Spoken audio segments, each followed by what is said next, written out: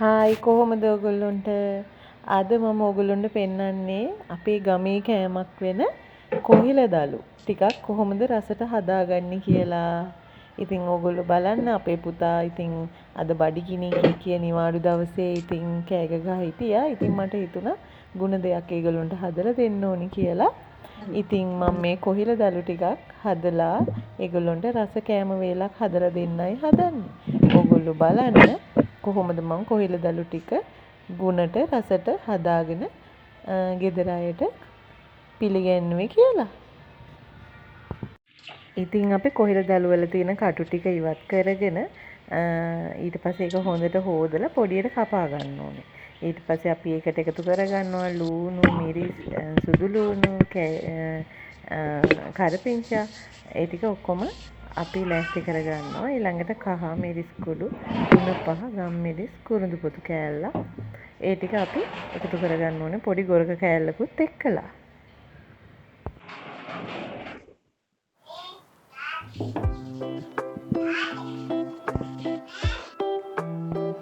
ඉතින් අපි ඊට පස්සේ මැටි භාජනයක් ලිපේ තියලා පොල් තෙල් ටිකක් දාලා රත් කරගෙන ඒකට සුදු ලූණු ටික දාලා හොඳින් ටිකක් බෙද ගන්නවා. ඉතින් ඊට පස්සේ අපි ඒවට ලූණු, කරපිංචා, එතකොට අමු මිරිස් ඒ දේවල් ටික ඔක්කොම එකතු කරගන්නවා.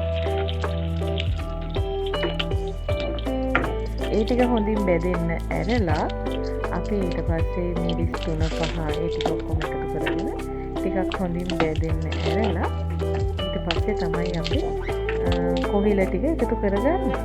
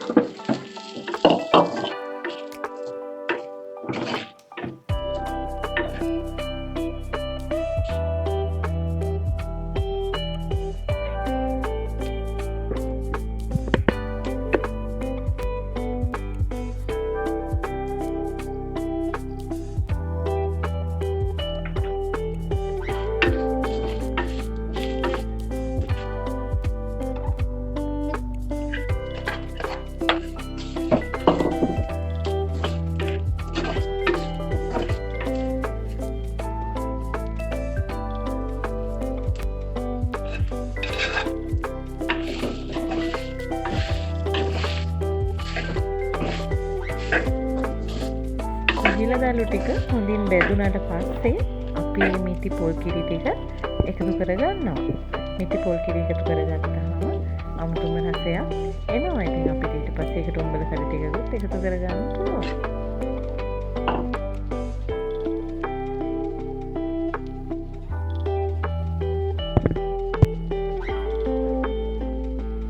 ඉතින් ඔයගොල්ලොත් හදලා බලන්න හරිම රසයි ගුණදායකයි.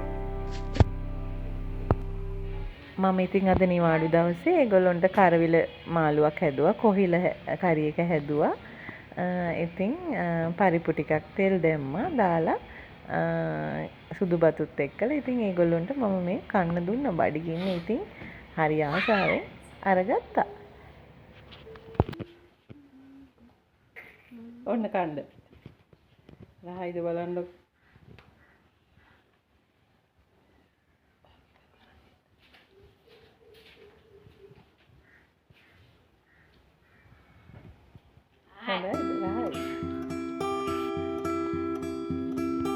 බට්ටික ඔක්කොම කන්න ඕන. බලන්න කාලා හොඳයිද කියලා.